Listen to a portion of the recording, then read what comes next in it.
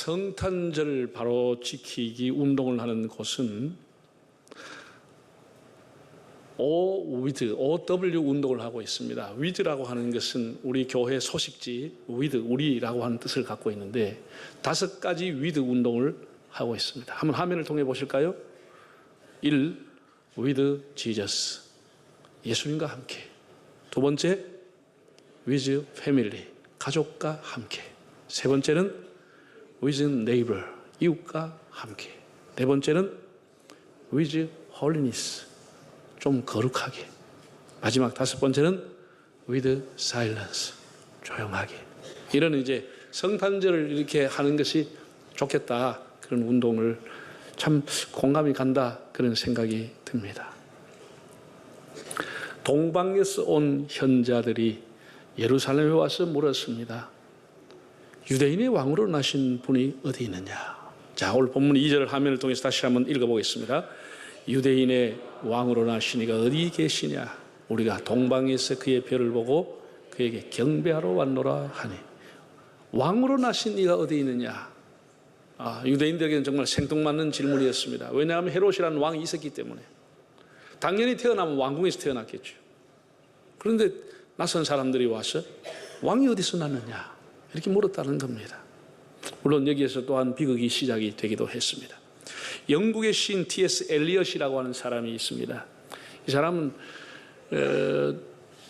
지난 세기의 모더니즘 시의 선구 역할을 했다고 평가를 받고 있습니다. 이분의 시는 굉장히 난해하고 또 몇 번 읽어도 잘 이해가 안 되고, 그리고 그 시는 대부분이 현대 문명을 비판하는, 태폐적인 문명에 대한 비판의 시를 많이 썼습니다. 그 중에 그의 시의 대표적인 작품이 황무지라고 하는 시입니다. 황무지. 4월은 잔인한 달, 이렇게 시작되는 그런 시입니다. 이 엘리엇이 썼는 시 중에 동방박사의 여행이라는 시가 있습니다. 제가 한번 읽어드리면 혹독한 주의였습니다. 여행하기엔 그토록 긴 여행을 하기엔 연중 가장 고약한 때였지요. 길은 푹푹 빠지고 날씨는 매섭고 바로 한겨울이었어요. 거기다가 낙타들은 상처가 나고 발이 붓고 고집을 부리며 질척거리는 눈 위에 누워버렸습니다. 낙타꾼들은 욕지거리를 하며 불평을 하며 도망을 쳤습니다.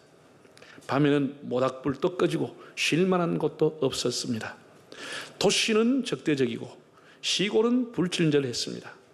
동네는 불결하여 바가지 요금을 강요했습니다. 혹독한 시련이었습니다. 우리는 토막잠을 자면서 여행을 계속했습니다. 모두가 바보짓이라고 했습니다. 마침내 그곳을 발견했습니다. 드디어 아기 예수를 만났습니다. 오랜 수고에 비하여 아기 예수와의 만남은 짧았습니다. 그러나 만족스러웠습니다. 예수를 만나기 위한 노력, 아기 예수를 만나기 위한 수고, 시련, 사람들에게 바보짓이라는 조롱까지 받아가면서도 짧은 만남이었지만 그의 마지막 얘기는 만족했다. 만족했다.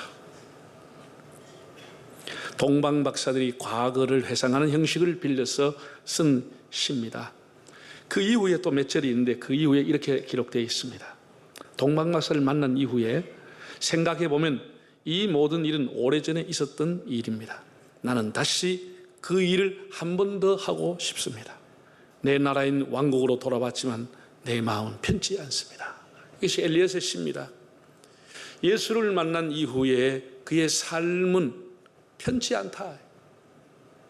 일상으로 가던 술집, 전에 가던 즐기던 쾌락, 자기에게 무의미하더라는 거예요.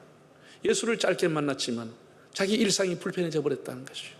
새로운 왕을 만난 사람, 새로운 나라를 경험한 사람은 이전의 삶이 불편해질 수밖에 없는 겁니다. 그리고 예수를 만나는 그것을 어렵지만 한 번 더 경험하고 싶다는 그런 마음도 내비쳤습니다. 오늘은 구주강림 3번째 주일로 이제 다음 주일이 지나고 나면은 성탄절을 우리가 맞이하게 됩니다. 마태복음 1장에서 28장까지 전체의 구절을 보면은 전체적인 주제는 하나님의 나라입니다. 아주 우리말로 표현하면 천국이라고 하는 주제인데 좀 더 상세히 들어가 보면 새 왕, 그리고 새로운 나라에 대한 말씀입니다. 아브라함과 다윗에 이어서 다윗의 후손으로 새 왕이 태어났다라는 거예요. 새 왕이 왔다라는 겁니다. 그래서 1장은 왕의 족보가 기록되어 있습니다. 마태복음 2장은 새로운 왕이 오셨을 때 오늘 본문이지만 어떻게 사람들이 맞이했을까?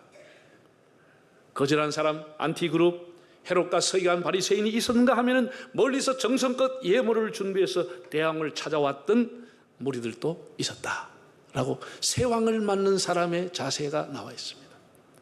세 번째 3장은 마태복음 3장에 보면은 왕의 길을 예비하는 세례 요한이 등장합니다. 왕을 맞이하려고 하는 사람들의 자세는 무엇이냐? 회개라고 하는 것입니다. 회개하라는 것입니다. 회개하고 세례를 받음으로써 새로운 왕을 맞이하라는 말씀입니다. 사절단도 팡파르도 퍼레이드도 없었지만 회개하는 자들이 왕을 맞이할 수 있다는 메시지를 주고 있습니다. 그리고 예수님께서 세례를 직접 받으심으로 왕의 대관식, 하늘에서 음성이 들렸습니다. 이제는 새로운 왕국이 시작이 되었다. 너희들은 그의 말을 들으라. 나는 이를 기뻐한다 라고 하는 하늘의 음성이 들려왔다고 했습니다. 마태복음 4장은 두 왕이 대결합니다. 지금까지 땅에서 사람들을 속이고 왕인 체하고 왕 노릇하던 사탄과 예수님의 대결입니다. 예수님이 그 유혹과 대결에 승리하신 후에 일시적으로 사탄이 떠나게 됩니다. 5장에서 7장 같은 유명한 예수님의 산상수훈이 나와 있습니다. 산상수훈의 내용은 새로운 왕국의 질서, 새로운 왕이 내리는 새로운 계명, 새로운 시대의 시민의 자격은 무엇인가? 가난한 마음, 겸손한 마음, 자기를 낮추는 마음, 그리고 사람 앞에 보이려고 하는 행동이 아니라 은밀한 자세, 사랑으로 그리고 순종으로 실천으로 살아야 된다는 것이 새로운 나라의 질서였습니다. 마태복음 7장에 보면 행하는 사람이 반석 위에 집을 세우는 사람과 같다라고 말했어요. 새로운 나라는 행함으로써 이루어지는 것을 말씀하고 있습니다. 8장에서부터는 드디어 두 왕국의 갈등이 시작이 됩니다.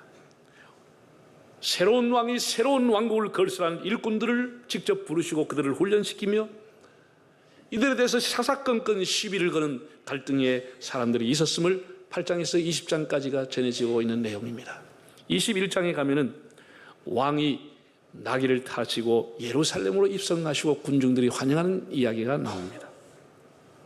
그리고 27장에서는 이 새로운 메시아, 새로운 왕을 대제사장 무리가 중심으로 해서 결국은 그 왕을 십자가에 달아주겠다고 하는 것. 그리고 28장은 새로운 왕은 죽음을 이기고 다시 살아서 그의 제자들에게 온 세계 예수의 나라 하나님의 왕국을 건설할 것을 명령했습니다. 이렇게 마태복음 전부가 왕에 대한 얘기입니다. 왕을 우리가 어떻게 맞이했느냐라고 하는 이야기고 거기에 대한 응답이라고 하겠습니다.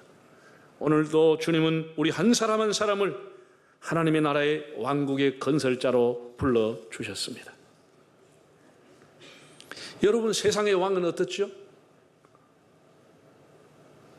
세상의 왕의 왕이라고 하는 것은 지금 이 세상의 모든 국제 간의 긴장, 국내에서 이런 정당의 다툼, 이 모든 것은 왕위 쟁탈전입니다. 누가 왕이 되느냐, 누가 우두머리가 되느냐의 싸움입니다. 거기에 양보가 없는 것입니다. 사람만 그럴까요? 동물의 세계에도 우두머리가 누가 되느냐, 밀림의 왕이 누가 되느냐, 이 싸움을 끊임없이 하는 겁니다. 이 세상은 전부 왕의 싸움입니다. 사자, 호레이, 자기 무리를 지어 다니지만 그 중에서 우두머리가 누구냐, 피 터지게 싸우는 겁니다. 생명 걸고 싸우는 겁니다. 세상이 다 그렇습니다. 우리나라가 경험했던 가장 가까운 왕의 시대는 조선시대입니다. 1392년에 이성계가 이제 조선이라는 나라를 건국을 하고 태조가 됐습니다. 그래서부터 1910년도 일제에 의해서 강제 합병될 때까지 520년 동안 27명의 왕이 있었습니다. 여러분, 그때는 아무도 왕을 가까이 할 수가 없었습니다. 아무도 왕을 볼 수도 없고 아무도 왕을 만날 수도 없었습니다. 아주 제한된 사람만 그 왕을 만났습니다.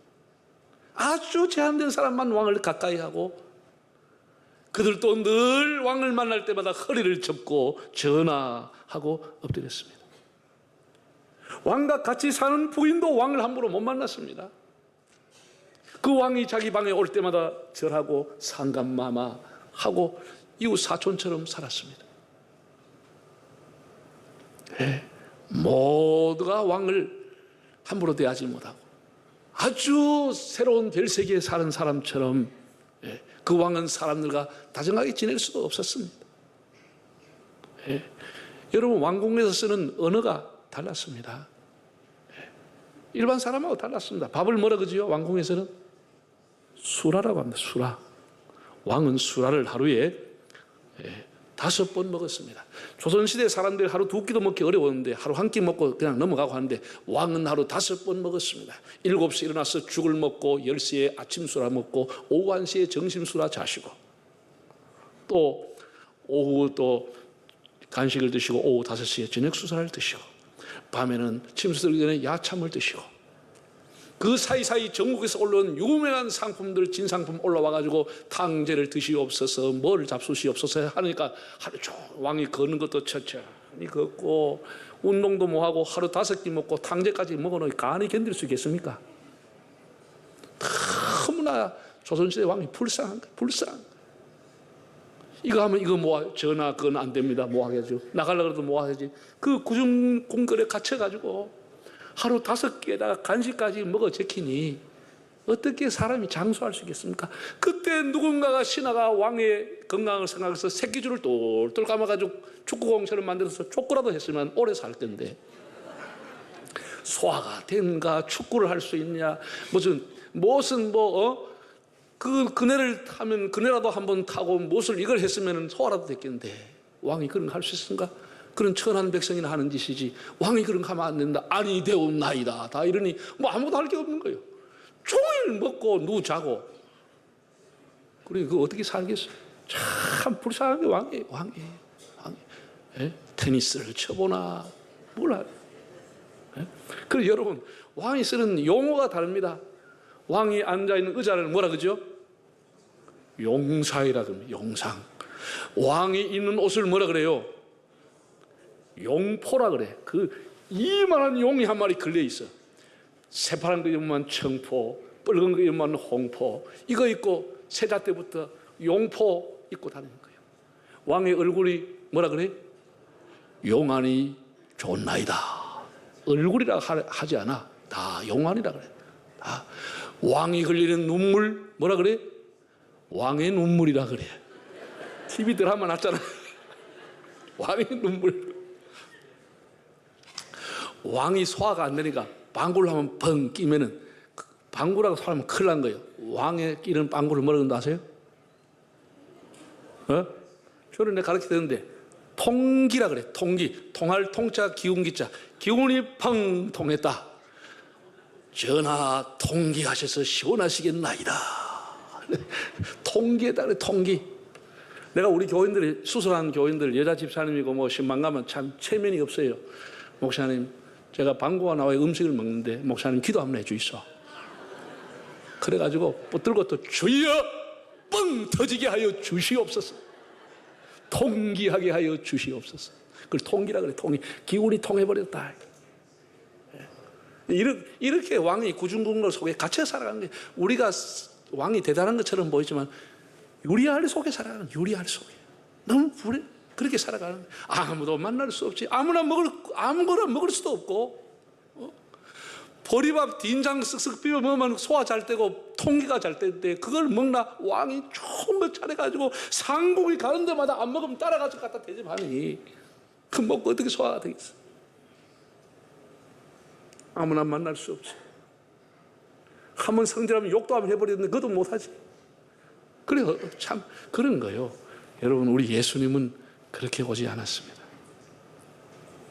똑같은 사람인데, 다 흙에서 왔다 흙으로 가는데 왜 왕이라고 별천지 사람처럼 살아야 했습니까? 예수님은 만왕의 왕이시고 우주의 왕이시지만 그렇게 살지 않았습니다. 예수님은 우리와 비교하는 자체가 신성모독이지만 하늘의 그 보좌와 영광을 버리고 사람이 되어서 오신 겁니다. 내가 굉장히 죄송한 비유지만 예수님이 사람이 됐다고 한 이 비유를 우리말로 쉽게 표현하면 사람이 돼지우리에 들어가서 돼지처럼 살았다는 거예요. 돼지우리 속에서 그 더럽게 살았다는 거예요. 예수님이 그렇게 오신 것이 도성인신, 인카네이션, 성육신이라고 하는 거예요. 사람이 돼서 오신 거예요. 나는 너와 달라. 네하고 질이 달라. 나는 별천지의 사람이야. 그게 아니고 우리와 같이 되기 위해서 오셨다는 거예요. 우리와 같이 되기 위해서. 가장 가난하게 겸손하게 그 위에 오시고 냄새나는 곳에 오셨다는 겁니다. 가난한 요셉과 목수의 가정에 자라셨어요. 평범하게 우리처럼 자랐습니다. 여러분 성경에 나오는 예수님이 탄생하고는 그 다음에 12살이 나오니까 12년 동안 뻥튀기 한 것처럼 보이지만 그 예수님도 똑같이 심부름하고 물도 오고 방 청소하고 그렇게 아이들하고 친구하면서 자란 거예요. 자란 거예요. 네? 부모님 순종하고 효도하고 자란 겁니다. 모든 가족, 이웃, 친지들에게 사랑받고 예수님도 그들과 애환을 같이 하며 자라신 겁니다. 십자가에 못 박혀 돌아가실 때까지 죄인의 친구로, 가난한 자의 벗으로, 병든 자의 위로자로, 눈물을 닦아주는 사람으로 살았습니다. 그 죄인들을 가까이 하시고 그들 곁에서 그들과 함께 하시고 그들이 먹는 음식을 먹고 임마누엘 내가 너희와 함께 하리라, 그 말씀처럼 마태복음 1장에 나오는 임마누엘처럼 마태복음 28장 마지막에도 세상 끝날까지 내가 너희와 함께 할 것이다. 응? 나는 별천지 사람이야, 나는 왕이야. 예수님은 그렇게 말하지 않았습니다. 나는 너희들을 섬길 것이다. 이렇게 주님께서 말씀해 주었습니다. 이런 왕이 우리에게 오셨다는 겁니다. 그 왕이 부르신 사람들의 면면을 보면 다 우리하고 별다를 바가 없는 사람들입니다. 큰 지식이나 큰 무슨 재벌이나 큰 지위를 가진 사람은 거의 없었습니다. 정말 모든 사람에게 손가락질 받는 마태도 예수님 새로운 나라를 위해 불렀습니다. 베드로, 야고보, 요한 대단한 것처럼 보이지만 다 비린내 나는 어부에 불과해서 그들을 가까이 불렀습니다. 그들이 실수하고 그들이 예수님 배반해도 다시 찾아와 그들을 품어주시고 그들끼리 다투어도 서로 용서하고 살라고 품어주시고 그런 부르신 자들을 기쁘게 생각하고 그들과 함께 살고 그들 한 사람 한 사람의 발을 씻겨 주었습니다. 이 세상의 군왕이라도 함부로 범접할 수 없는 예수님은 이렇게 존귀하신 예수님이 우리 한 사람 한 사람을 품어주시고 네가 내 안에 내가 네 안에 있는 것이 행복한 것이다. 우리 안에 계시기를 원하시는 예수님, 내가 영원히 너희들을 버리지도 떠나지도 않을 것이다 라고 추하는 우리에게 가까이 오신 예수님. 여러분, 이 왕이 오셨습니다. 우리와 함께하기 위해서 오셨습니다. 사랑하는 성도 여러분,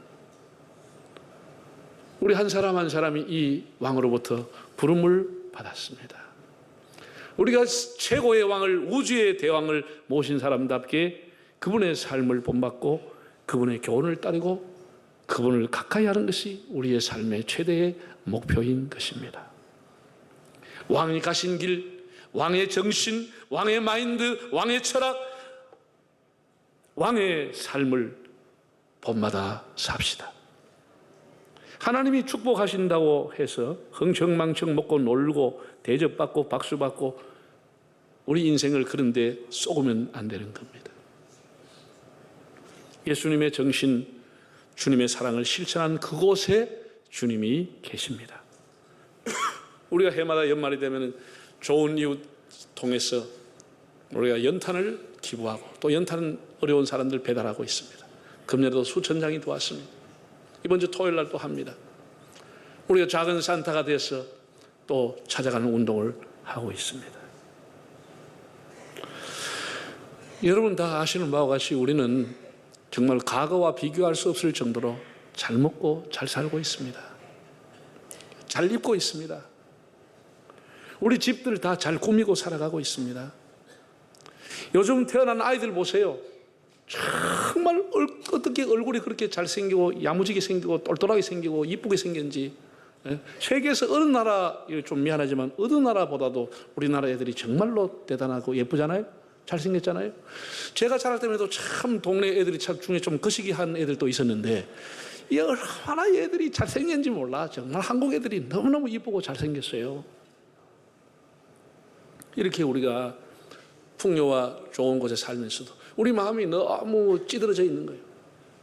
그 마음을 모르고 살아가는 거예요. 그 마음을.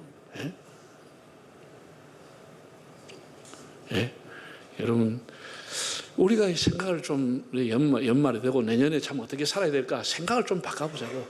작년 말이죠. 동아일보의 인터넷 뉴스판에 2가지가 대조한 사례가 올라왔어요.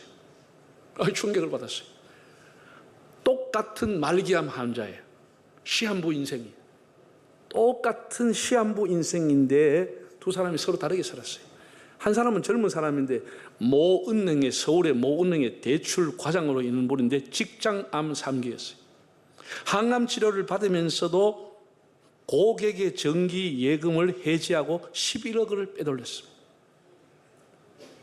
그래서 수사관이 결국은 찾아갔을 때 이 사람은 이미 직장 사표 내고 배 튜브를 꽂고 이제 생을 마감하는 그런 곳에 와 있으니 이 사람 데리고 구속도 못 하는 거 아니에요. 그래서 수사관이 물어봤다는 거예요. 아니, 왜 이렇게 하셨냐고. 그랬더니 직장에 가면 늘 감원 소식 들리고 진급한다는 보장도 없고 내 이 병원에 가니까 말기암 환자라 그러고 그러니까 죽기 전에 한번 마음껏 돈 한번 써봤으면 좋겠다 이런 생각을 했다는 거예요.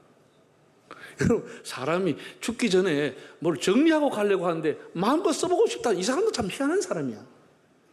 이래가지고 고객들 그냥 해약해버리고 돈 11억을 빼가 써보도 못하고 튜브 꽂고 병원에 가 있는 거예요.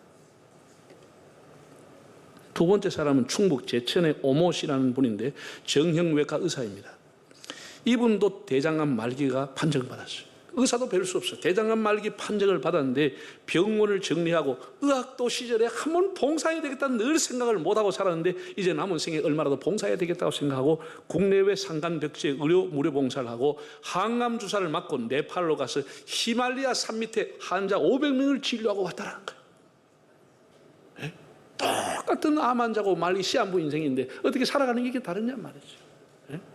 우리 똑같은 대한민국 살아가는 거 똑같이 하나님 은혜 받고 세왕의 부르심을 받고 살아가는 우리가 살아가는 게 어떻게 살아야 되겠습니까? 좀 우리가 새해에는 뭔가 좀 남에게 유익이 되고 남에게 덕이 되고 좀 하나님의 향기가 되어서 살아가야 되지 않겠습니까? 새왕이 오셨습니다. 여러분, 우리가 이제 다른 길로 돌아가며 새왕을 모신 사람답게 하나님의 품격을 지켜가면서 살아가는 삶이 되시기를 바랍니다.